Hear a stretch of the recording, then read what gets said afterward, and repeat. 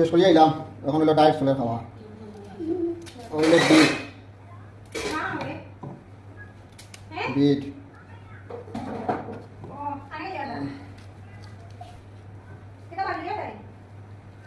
খোলা,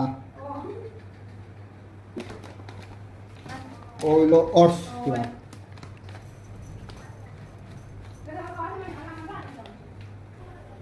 হইলো পিওর গরুর দুধ, একদম পিওর। ও হইলো আমার ডায়েট বর্তমানে বানানি চলবো, একরকম খাইমু, শরীরের লোকের বহুত উপকার।